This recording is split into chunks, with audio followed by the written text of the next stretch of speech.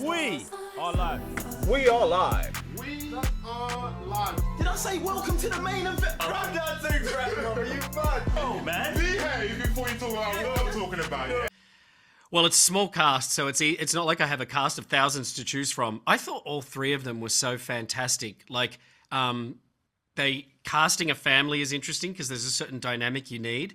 I've always been a fan of Christopher Abbott. Like, I've been following his career for so long, and it's an interesting thing to go from watching somebody to like now they're standing in front of you, taking direction from you, and he did not disappoint. I just had a feeling that when he was in the makeup, he was just going to deliver because he doesn't really have an ego, which I'm sure you've noticed in his movies as well. He's just egoless in the roles he plays. So what he did with the Wolfman really stood out to me. How are you feeling about how like the final design and the look? Like, do you love it? And what do you think it says about your interpretation of the character?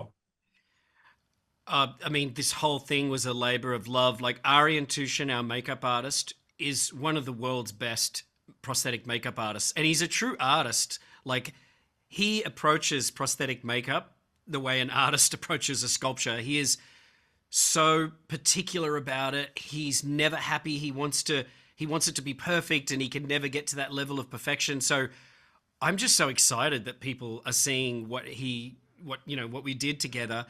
And this really, in terms of how this Wolfman looks, I wanted to approach it from a grounded perspective, almost as a disease, as opposed to taking it into folklore, which is a perfectly valid approach. But I felt like we had seen that and actually seen it fairly recently.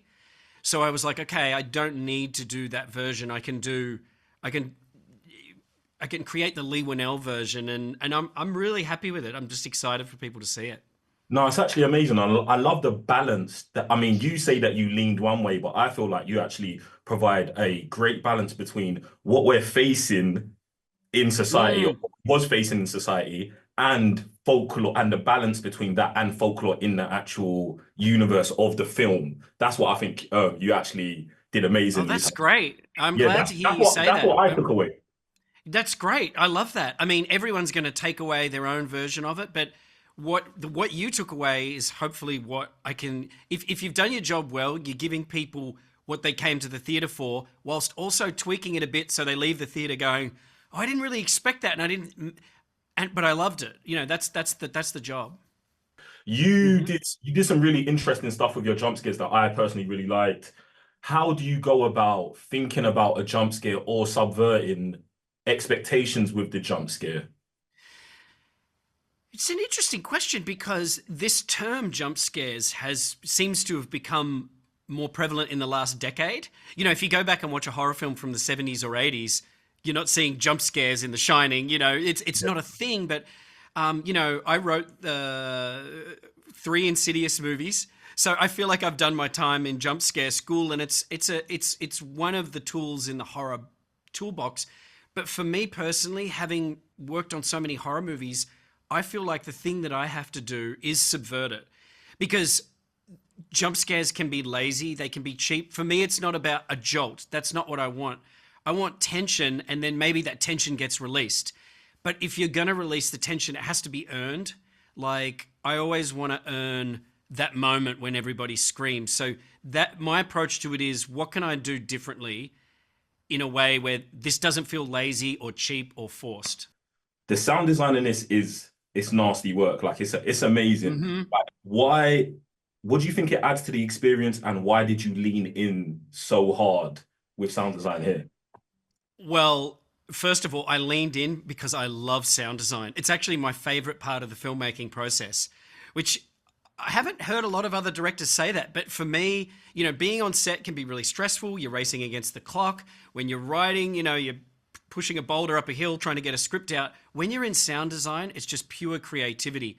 And the sound designers I work with, Will Files and PK Hooker, these guys are geniuses at what they do. They're, you know, Oscar-winning sound artists. And I think that the sound design in a horror film is half of the movie, if not more. I mean, it's half of any movie, but really the sound design is what makes a horror film a horror film. And I just love it. I really wanted to push it. And I don't know if you felt this way. I wanted the film to be like an oral assault, and I wanted it to feel like it was letting you into a different world, you know? If you was going to do another one, do you have an idea of who or what character or what monster you'd like to tackle next? If you was going to, yeah. You know, it's funny because I think Dracula is such a fascinating character for me, but I feel like Robert Eggers, he pretty much did a good job with that on Nosferatu. Yeah, Nosferatu, great. You know who I've always been fascinated by since I was a kid was Jekyll and Hyde. Okay.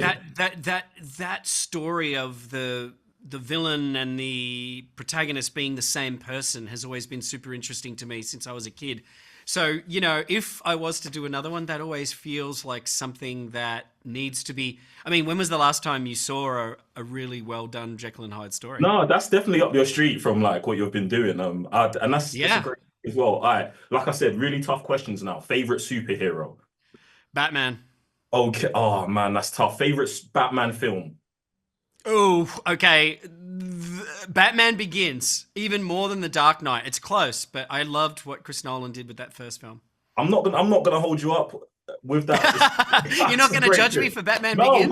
It's a great movie. It's a great movie. No, it is great. I love it as well. I'm gonna let the internet handle all of that. You're gonna let the internet slaughter me. Yeah, we'll keep it cool here. All right. So I know you love writing original stories, but if you got to sink your hands into any really big IP, which one would it be? Oh man. Okay. Well, it wouldn't be one of the ones that is current right now. I feel like, look, I do love James Bond and always have. And I feel like the thing is with James Bond is there's a certain template. So I don't feel like maybe you would be as free as you know, they're not going to let you take James Bond and go wild with it. You need to do a James Bond movie, which is how it should be. Because, but I'll go with James Bond because I just love the guy so much. No, it's a great pick. It's a great pick. Right, Okay, let me just add something. Could I do a spin-off film about Q? Like, imagine if he got his own movie, the guy, except it's like a younger version of Q, and you see how he became Q and the stuff he's inventing. He gets himself into a bad situation. I'll pitch it tomorrow.